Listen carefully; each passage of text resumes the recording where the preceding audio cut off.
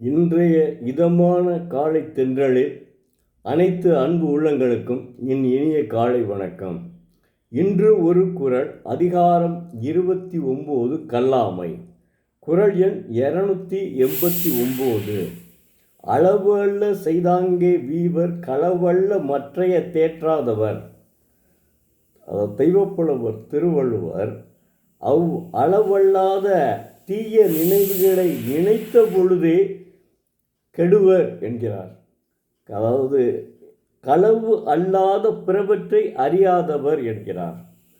அதாவது அளவல்லா தீய நினைவுகளை நினைத்த பொழுதே கெடுவர், களவு அல்லாத பிறவற்றை அறியாதவர் என்கிறார்.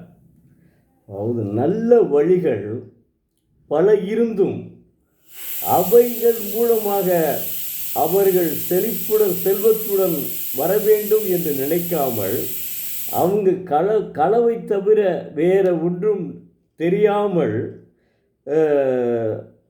இருக்கிறார்கள். அப்போ அவர்கள் கெடுவதற்கு வழி இருக்கிறது அல்லவா? சிந்திச்சு பாருங்க. அவங்களுக்கு ஏன் களவை தவிர எத்தனையோ வழிகள் பிழைப்பதற்கு இருக்குதுல்ல, அதை பிழைக்க வேண்டியதானே. அதை விட்டுட்டு களவுதான் எங்களுக்கு வேண்டும், களவுதான் தெரியும், மற்றவை தெரியாது, எப்படியான பழக்க வழக்கங்கள் அப்படி வந்துருச்சு. அப்படி நினைக்கிறவங்க இந்த அதாவது அதை நினைத்த பொழுதே கெடுவார்னு சொல்கிறாப்புல.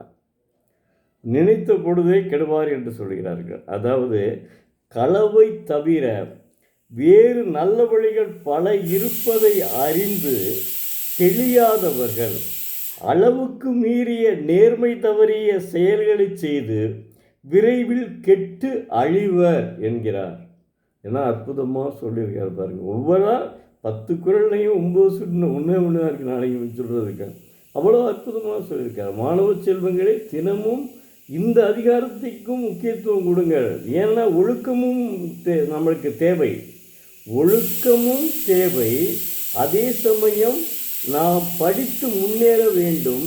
இந்த எல்லா நினைவுகளையும் நீங்கள் ஒருங்கிணைத்து செய்வதற்கு ஒரே வழி திருக்குறள் மட்டுமே. அதில் மாற்றமே கிடையாதுங்க.